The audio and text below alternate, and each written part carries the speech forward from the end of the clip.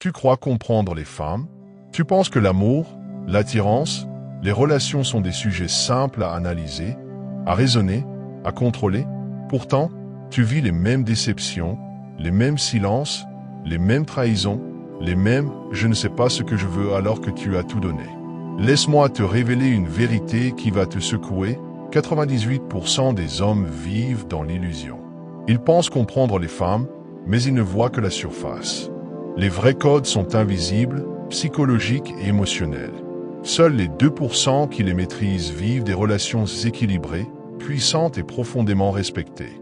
Pourquoi regarder cette vidéo jusqu'à la fin? Parce qu'elle ne te donnera pas de simples astuces.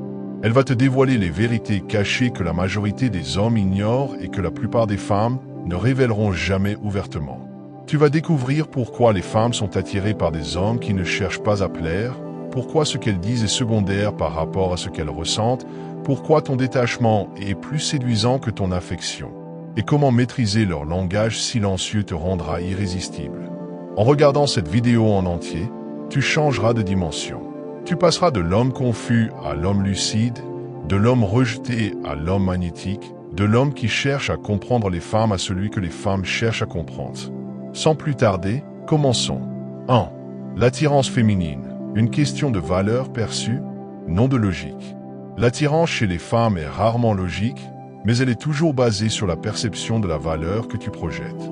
As-tu déjà été témoin d'un homme ordinaire sans physique exceptionnel, voiture de luxe, muscle ou fortune, qui se fait désirer par des femmes magnifiques? Tu t'es sûrement demandé, qu'est-ce qu'elle lui trouve? Et surtout, pourquoi moi, qui fais tant d'efforts, qui suis gentil, fidèle et disponible, je n'obtiens pas cet effet? La réponse se trouve dans ce fait essentiel que seuls 2% des hommes saisissent. L'attirance féminine n'est pas rationnelle, mais elle repose toujours sur la valeur que tu inspires. Pourquoi la majorité des hommes ne le comprennent-ils pas? Parce qu'on leur enseigne depuis l'enfance. Sois gentil, fais des cadeaux, sois toujours disponible, et elle t'aimera. Mais la réalité psychologique est tout autre.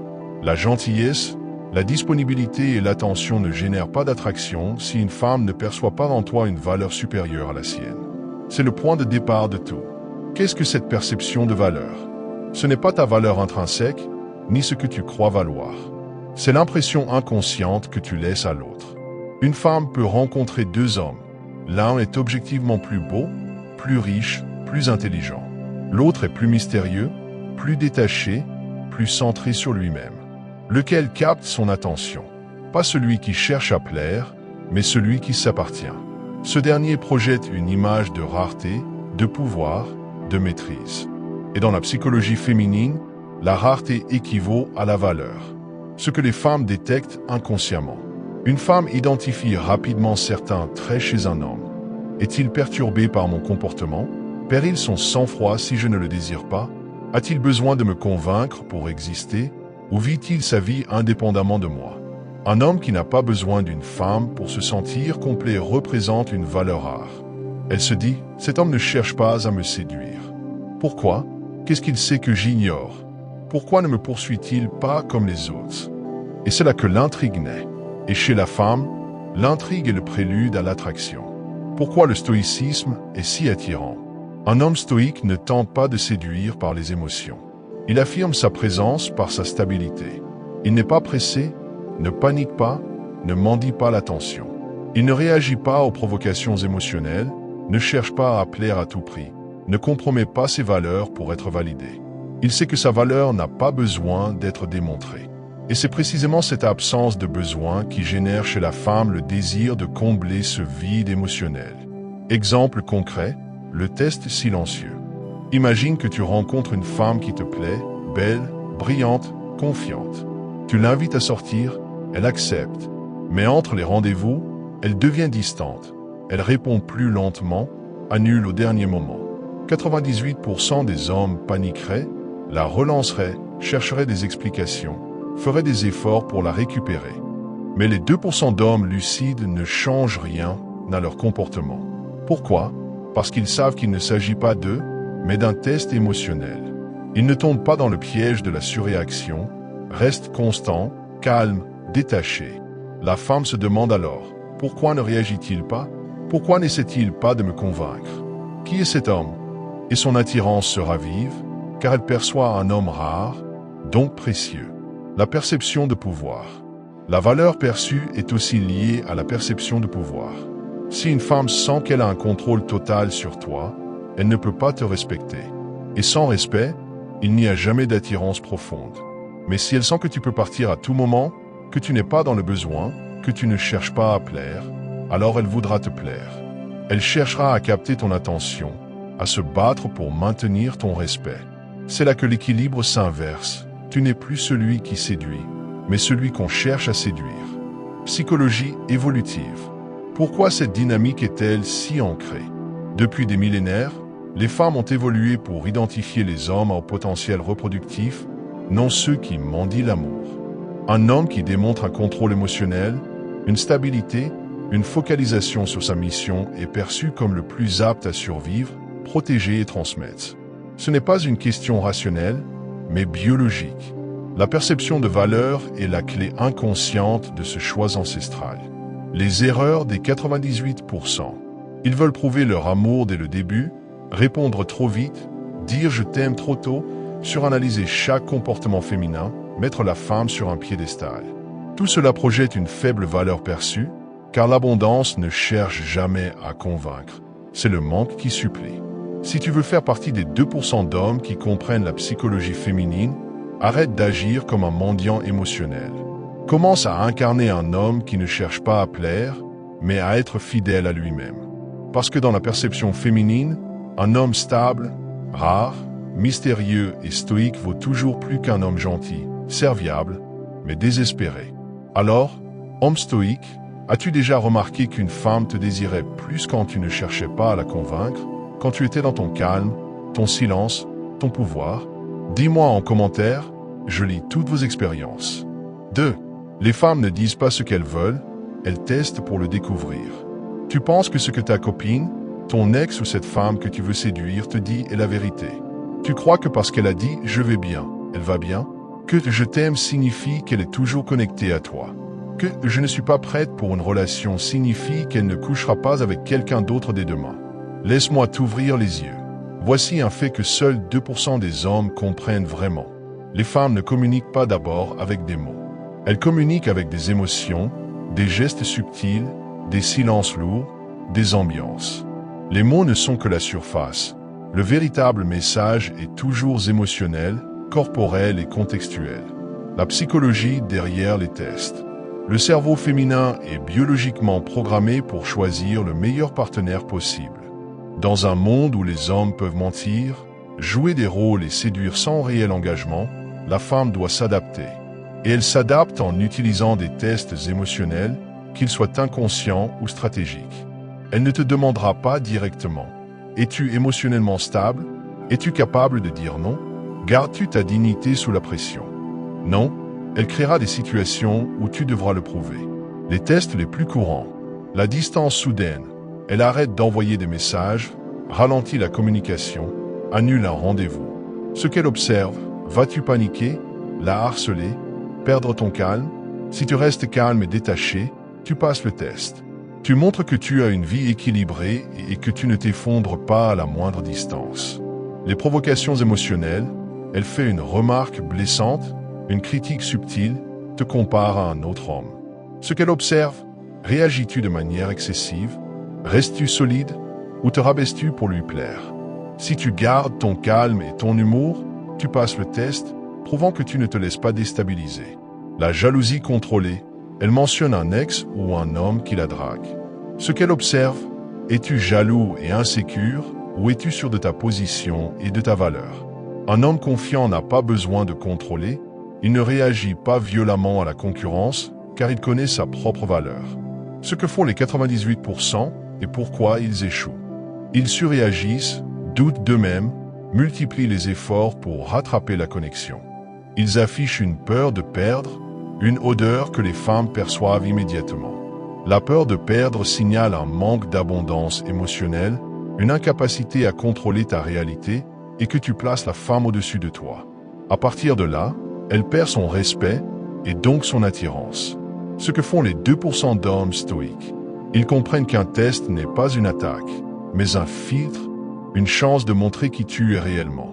Ces hommes ne changent pas leur comportement pour séduire, ne sacrifient pas leurs limites pour plaire, ne réagissent pas aux émotions. Ils répondent par le calme. Et c'est ce calme, ce contrôle, ce détachement qui engendre un respect profond et une attraction durable. La leçon stoïcienne.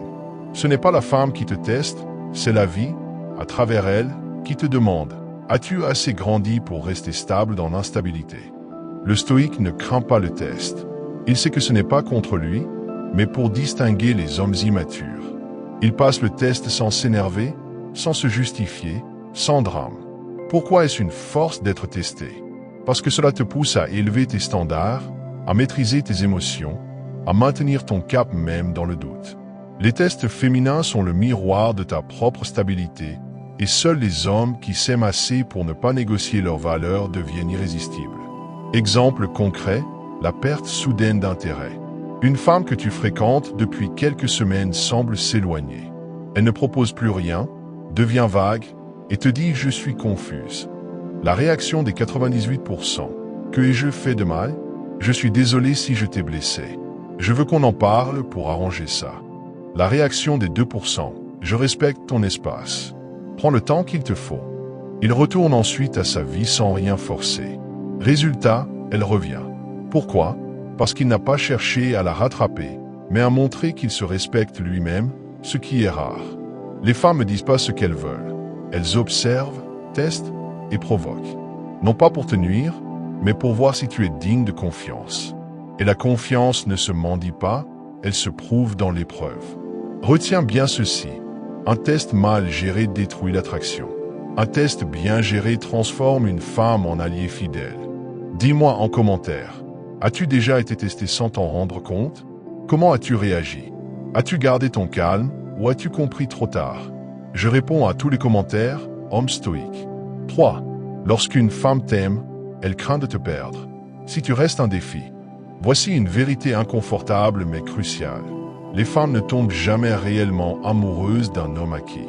Elles s'attachent, apprécient, trouvent cela confortable, mais l'amour profond, celui qui brûle, qui provoque des papillons, qui crée l'obsession, naît lorsqu'elle sent qu'elle peut te perdre. Pas par menace ou manipulation, mais parce que tu es un homme de mission, un homme de direction, pour qui l'amour est une belle chose, mais jamais le centre de sa vie. Pourquoi une femme commence-t-elle à craindre de perdre un homme? Parce qu'elle ressent une tension intérieure, une dualité, une insécurité saine.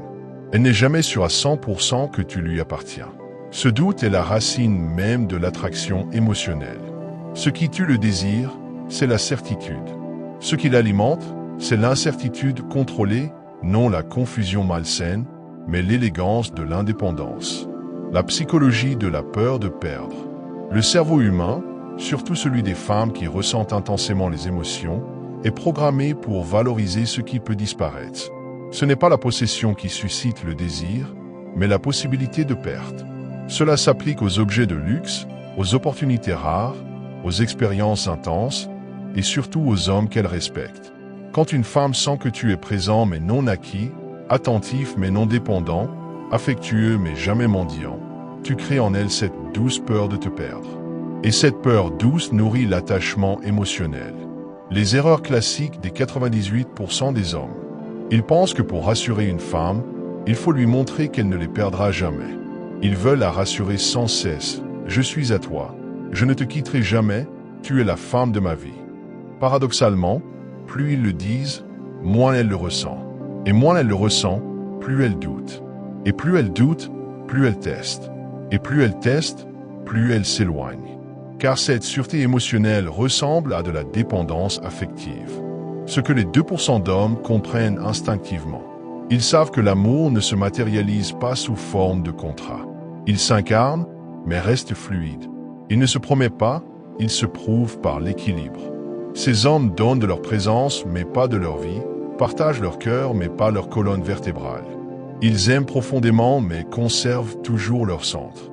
C'est ce centre indestructible, ce socle d'identité, qui rend la femme émotionnellement vulnérable, car elle sait qu'elle est avec un homme libre. Et un homme libre peut partir, même s'il aime. La peur féminine profonde, perdre un homme irremplaçable. Il existe une peur féminine rarement évoquée, Non pas la peur d'être seul ou rejeté, mais la peur de perdre un homme qu'on ne pourra pas remplacer facilement. Un homme qui ne se plaint pas, ne court pas après, n'est pas dans le besoin, agit par choix et non par manque.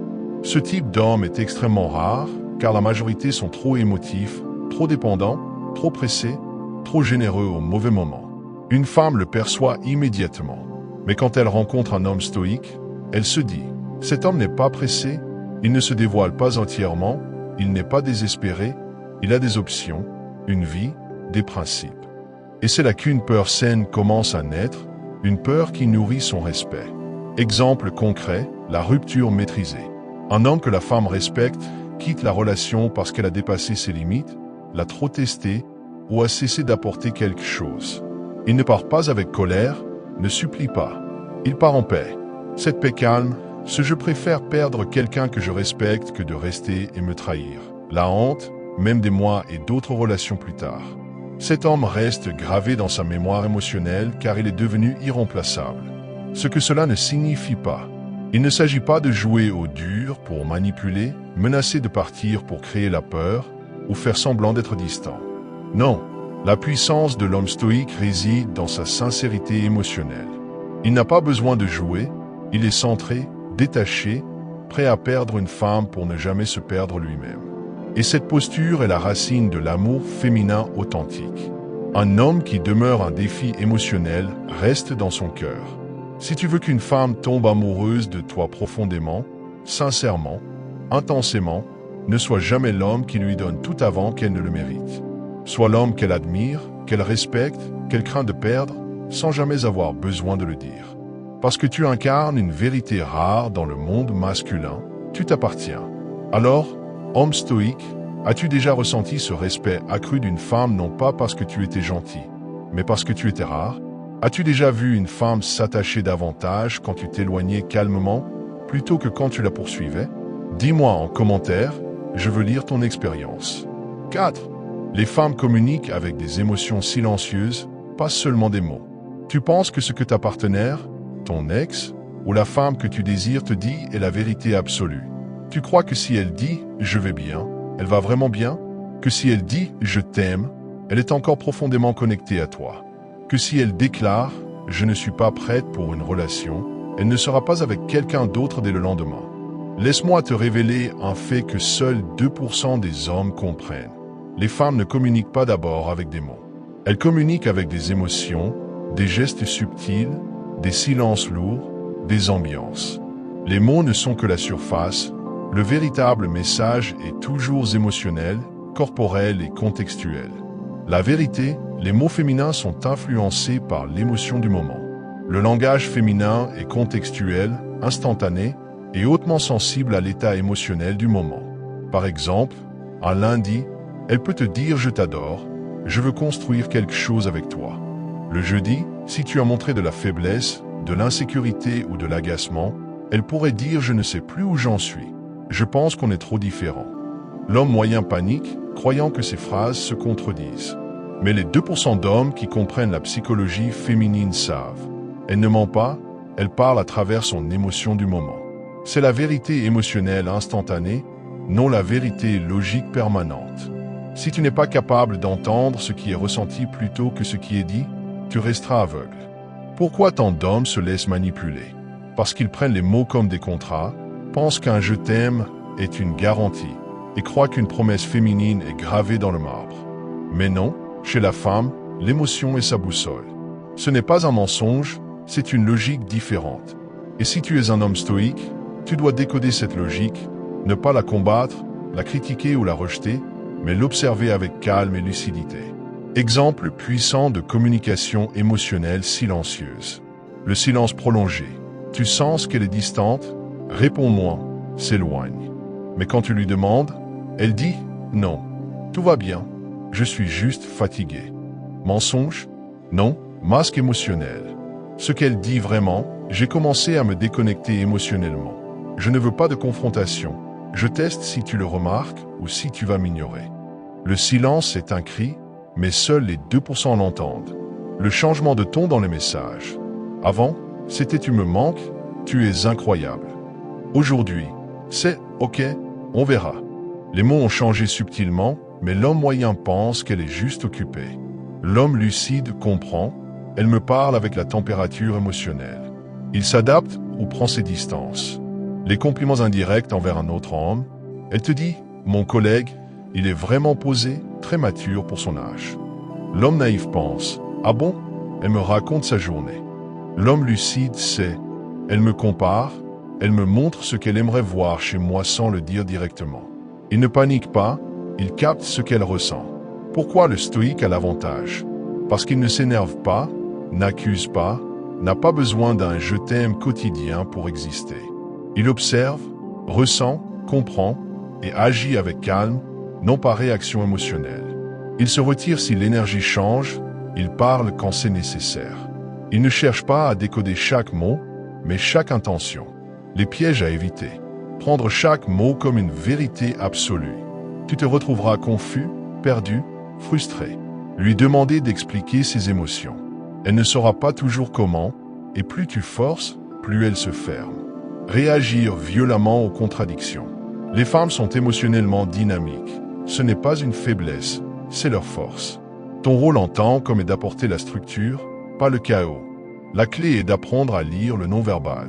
La femme parle avec ses silences, ses retards, sa posture, son regard, son énergie. Tu dois apprendre à décoder tout cela. Pour un raccourci, observe ce qu'elle fait, pas ce qu'elle dit. Une femme peut te dire « je suis très occupée », mais être active sur les réseaux, en ligne, présente pour d'autres. Ce qu'elle ressent, c'est un désintérêt croissant. Si tu n'agis pas en fonction de ses actions, tu te perds dans un monde d'illusions verbales. Les femmes parlent avec l'âme, les hommes écoutent avec la tête. C'est là que le dialogue se brise. Si tu veux faire partie des 2% qui comprennent vraiment la psychologie féminine, commence à observer, ressentir et analyser le ressenti, non les déclarations. Car dans le royaume de la féminité, le non-dit est plus vrai que le dit, et c'est là que les hommes puissants, excellents, ils savent lire entre les émotions.